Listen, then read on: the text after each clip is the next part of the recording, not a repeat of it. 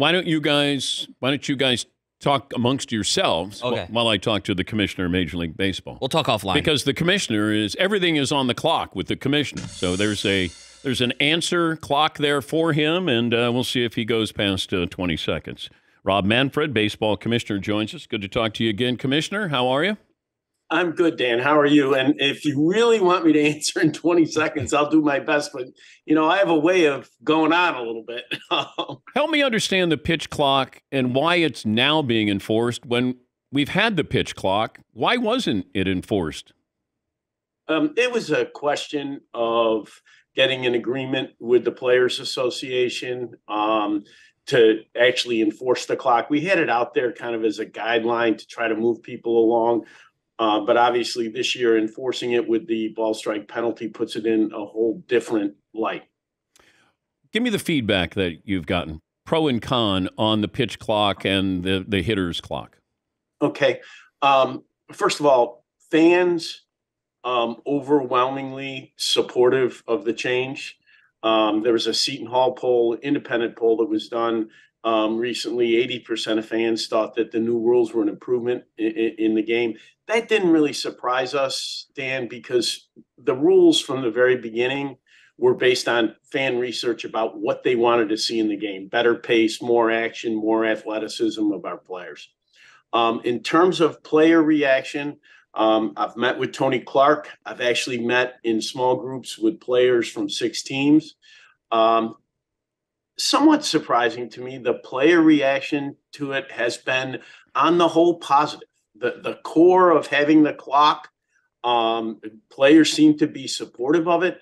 The issues that players have raised, I consider them to be, around the periphery, certain kinds of plays. A pitcher has to cover first base. He needs a little extra time to get back to the mound. The bullpen in Colorado is a long way away, and we need a little more time to get in from the bullpen. We have made adjustments in response to some of those issues that the players have raised, and we'll continue to seek player input as the season goes on.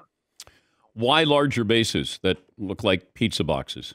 This is kind of an interesting. I don't really think they look like pizza boxes, but they are a little. Commissioner, sponsorship.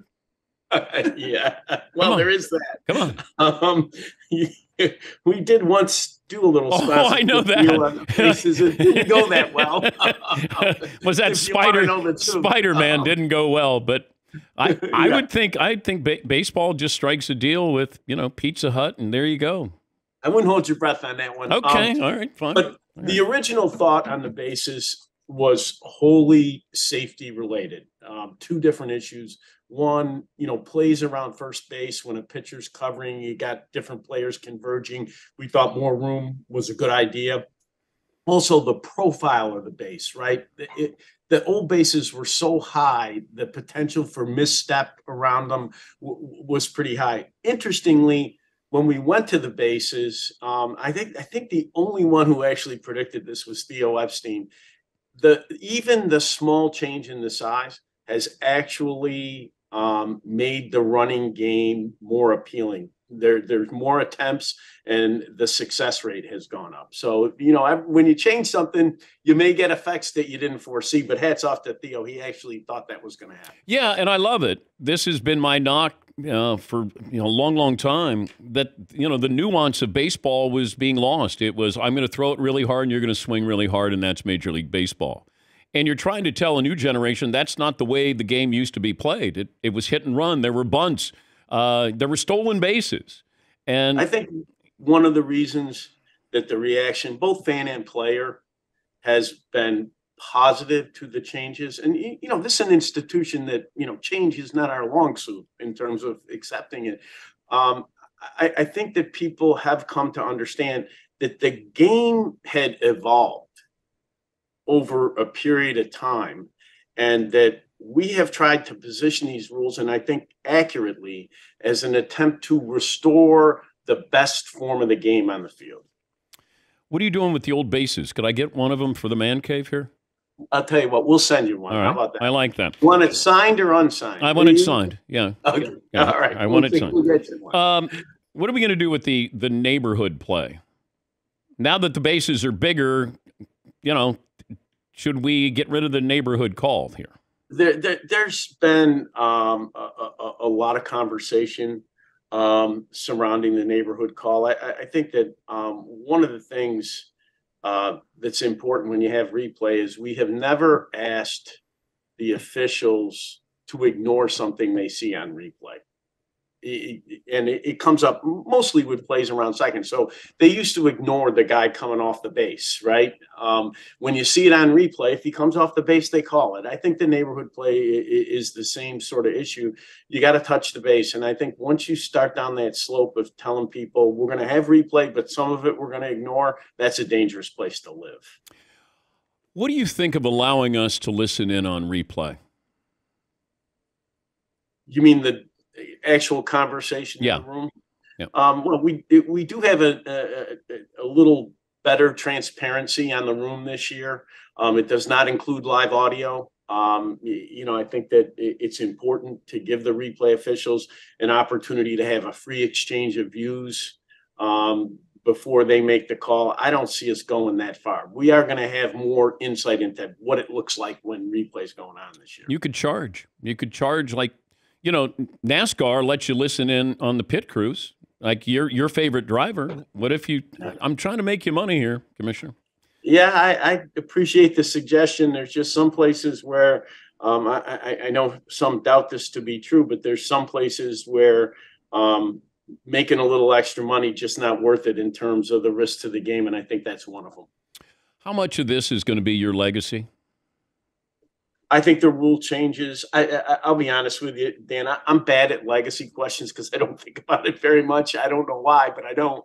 I do think the rule changes based on the reaction that they've generated will be an important part of it. Yeah, and I know you're being humble, but I'm looking at this where we bring in rule changes or, somebody does something and there's this seismic shift 30 years from now. We'll be talking about, the game and where the game is. I mean, it's really important because I thought baseball was at a crossroads. I mean, I thought you guys were really lagging far behind. And the little changes, I thought, I watched more spring training baseball this year than I have in a long, long, long time. And that does my heart good. Yeah, but these were all positives. Now, I'm not big on the shift. I think a Major League Baseball player should be able to put the ball in play the other way. But what made you say, let's get rid of the shift? I saw the shift, a couple of things. I think the shift had a disproportionate impact on certain kinds of players, number one. Number two, I think it resulted in balls that historically fans were used to be seeing as base hits being outs, and that's not good for the game. Number three, I got a great group of former players that work with us here, Raul Abana, CC Sabathia, and, I take a lot of guidance from them on these issues. And, what they were saying to me is, it's harder to hit that ball the other way, particularly on the ground, which is what you're looking to do, than people realize, even for a major league player. Last, I thought it was low risk in the sense that from a fan's perspective, the reaction is going to be, oh, I'm looking at the field and it looks like the field I looked at when I started watching the game in 1976. The game would look the same. So there's not a lot of risk associated with that one. Talking to the commissioner of Major League Baseball, Rob Manfred. All 30 teams will be in action to start the season tomorrow. Help me understand, you as commissioner, when you see a spring training highlight, social media sends it out, the Phillies game, where the catcher is reaching back for the ball and then thinks the umpire is going to throw it to the mound, and then all of a sudden the catcher gets run. When do you get involved, or do you get involved in a moment that went viral? Yeah, a play like that always attracts attention here in the commissioner's office. The attention that it attracts is a lot faster than it used to be because it, shows up on your phone. You don't have to wait for somebody to, say, gee, Rob, this happened. We try to pay attention to them. And okay, do you place a call? No, I do. Ordinarily, okay. I mean, it would have to be a really big problem. Okay. Ordinarily, I would not. I mean, I have great Mike Hill, the former general manager of the Marlins, is an SVP of baseball operations here. He deals with the umpires on a day-to-day basis.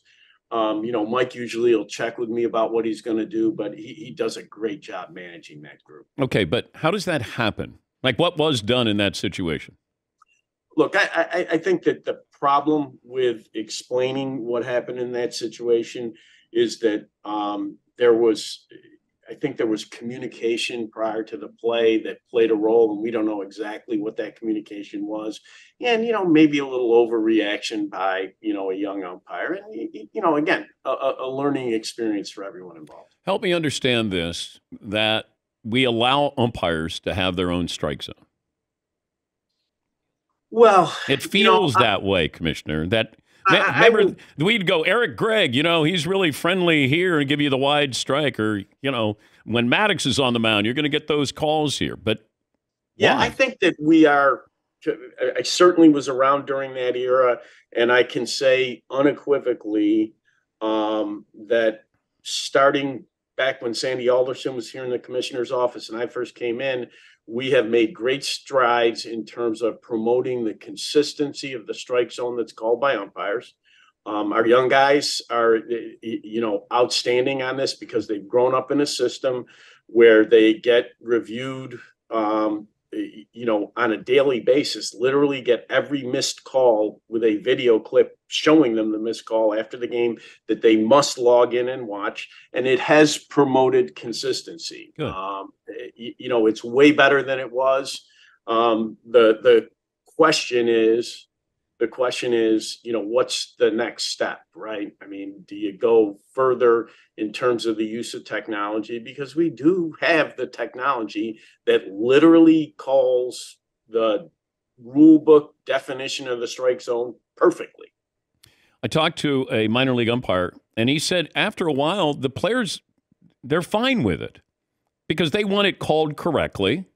And I just see that you can have umpires, but when it comes to balls and strikes, it's almost like tennis. Right. Is it in? Is it not? And there's, what do you think?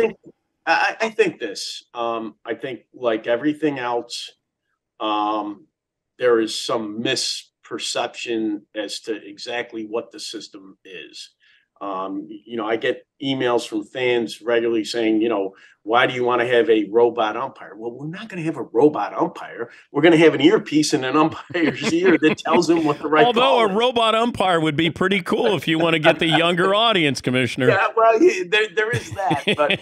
But that's not how the system works, number one. Number two, I think that there, again, in the unintended consequence category, there is concern that a certain type of catcher who kind of makes his living framing pitches, that you're de-emphasizing that part of the game.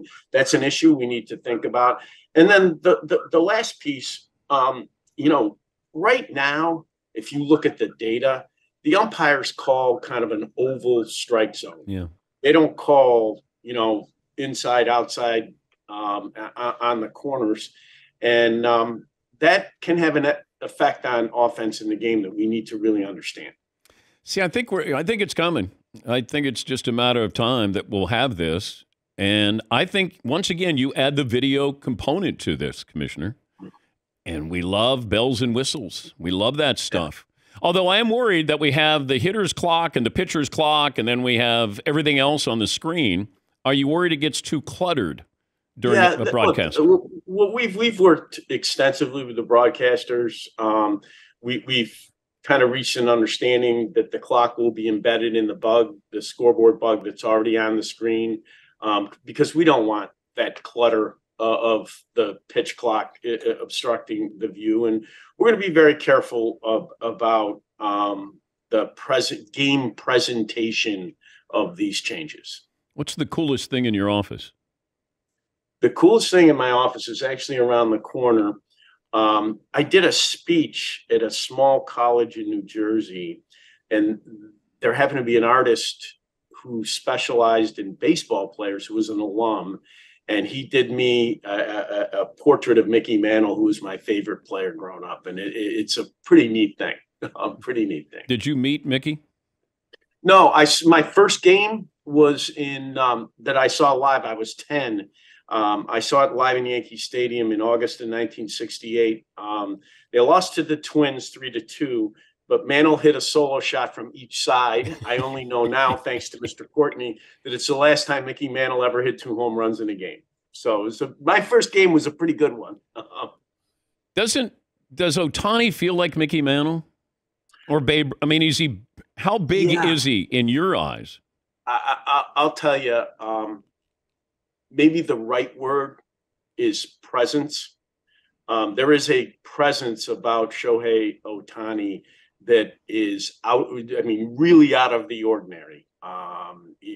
He's bigger than people realize in real life, and he has a real presence about him.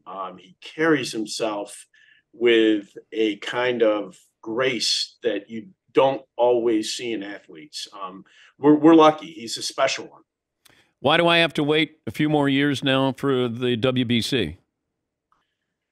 Look, it's a question of how often we can go to the well with the clubs and convince them that they ought to let their best players go while they're trying to get them ready for the season. God, it was great. You got sentiment on your side, and I do think that sense of pride that we lost to Japan. And, it's like when we lost the America's Cup. We didn't even know what the America's Cup was until we lost it. I'm like, damn it, we won it back from Australia. You're growing the game. I agree with that. Yeah. I agree with that. And I hope, I think that the tournament was a rousing success from our perspective. The fact that we had games on the, Big Fox, where you had 4.5 million people in America watching it. We had games worldwide where 65 million people watch. It's the most that's ever watched a baseball game, any kind of game. Yeah. Those are big wins for us. I think, Tony Regans, who put the U.S. team together, did a phenomenal job. And, hats off to Mike Trout. Mike committed early. He served as the captain. He recruited other players. We did great with the position players. And I hope the next time around we can build on that and make sure we have our very best pitchers. And maybe the gold medal will be the U.S.'s the next time. All right. I'll wait to get the base signed by you, and we'll put it up in the man cave. All right. Listen, have fun tomorrow. Talk. All right. Thank you. That's Commissioner Rob Manfred. We'll take a break. We're up against commercial break. Back after this.